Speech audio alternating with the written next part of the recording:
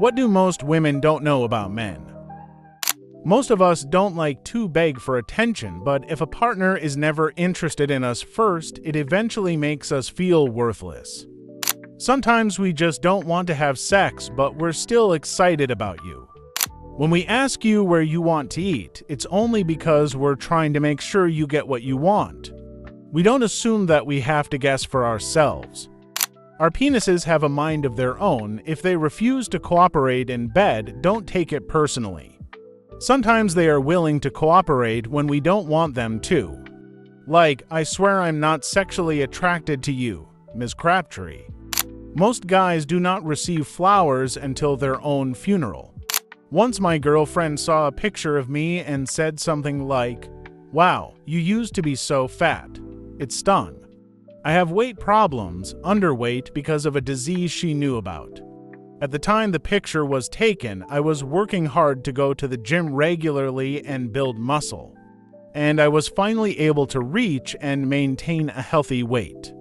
Since then, I have lost a lot of muscle and weight again, about 20 pounds. Later, I asked her, "Do you understand why this upset me?" She sincerely did not understand. I told her how you would feel if I ever pointed to a picture of you and called you fat. It was like she suddenly realized that men can have body image issues too. We have a great relationship.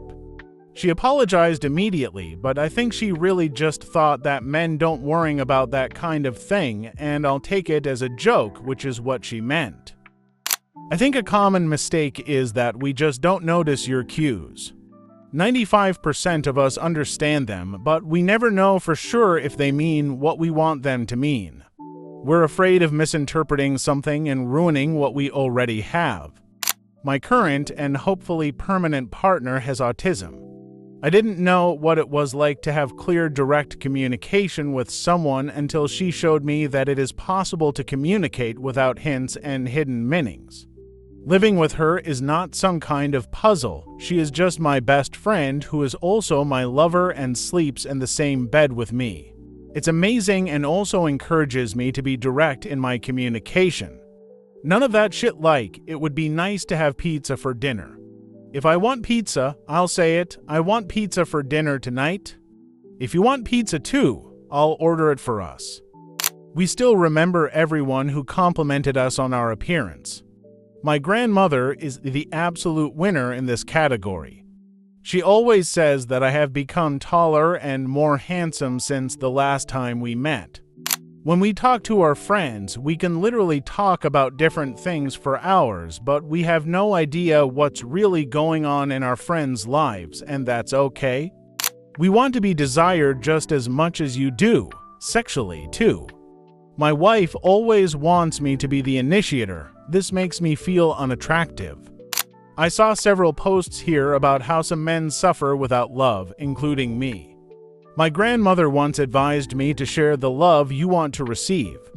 So I hug all my friends, men and women. Very often, I tell them all, "I love you," with piety. It may seem like just a small gesture, but you never know what a person is going through. This hug, these 3 words can change their whole day.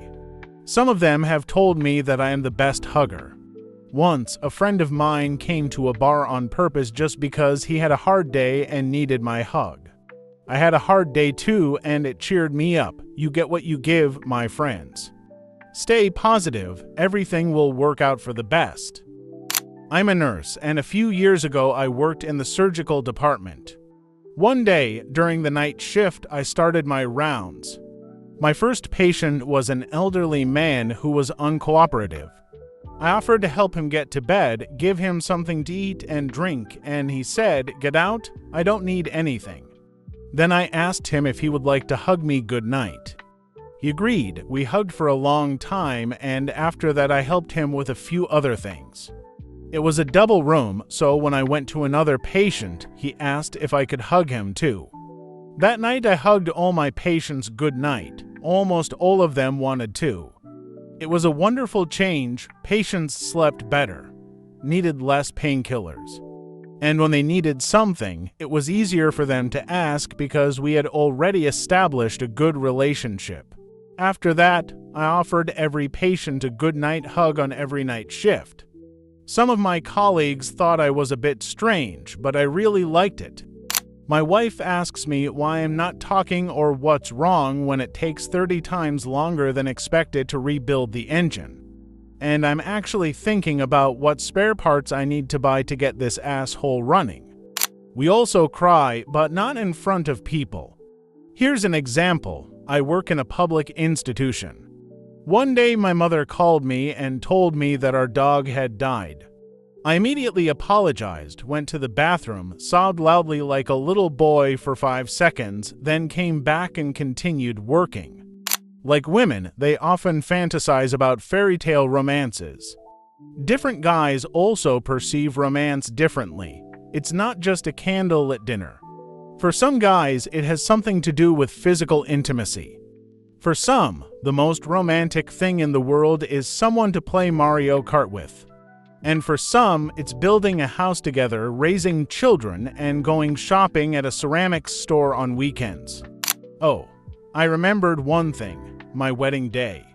When I married my wife, all the guests were addressing her all night long, telling her how beautiful, gorgeous, stunning, etc. Only 3 out of 200 people complimented me on how I looked. My mother, my wife's mother, my godmother. You know, sometimes we like to hear that we look good, especially on our wedding day. We men imagine our wedding day in the same way as women. It would be great to feel the same way. Dating apps are eating away at our souls. I used to be a confident, vivacious, enthusiastic man when it came to dating in the pre-Tinder era. Now I struggle with trepidation, knowing that less than 0.1% of women find me attractive enough to even talk to me. I'm pretty sure I'll be alone for the rest of my life. While we love our families and gladly give our lives to be a support for them, we often feel underappreciated, like a driven horse. Give your husband a Lego set and you'll probably make his year. It works the other way around too. In fact, we are quite happy with the sofa, fridge, and TV. When you ask, is this what your life looks like? The answer is yes, fortunately. When a guy jokingly tells you that he's an asshole, he's not joking. Cut all ties and be happy. I just want a long hug and to be told that I'm doing a good job. I've never heard from my old man or my mom. I'm proud of you. Although I worked hard to get to this level. I'm 24 years old. I have my own house and a dream car. I thought I'd hear praise from them, but no, it's always this. Hey, your sister or brother just did something. Or every time I talk to them about something I'm proud of, they just sweep it under the rug and keep whining about their problems.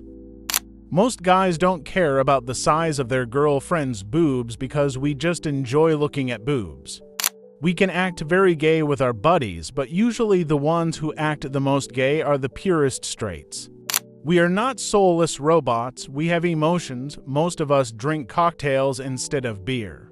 Not all of us are into sports, not all of us talk about cars. We go through what I call male menstruation. Obviously, they are nothing like women's periods, except that they are cyclical. There are weeks when I am very emotional and want to be hugged and complimented. Then they turn into weeks when I'm very horny and just want sex. Then there is a period of time during which the mood changes from one extreme to the other. It's not for a month. I haven't measured the exact time period, but it seems like the cycle lasts 2 months. I talked to other men and they said they also noticed similar behavior when I mentioned it. I don't know how common it is.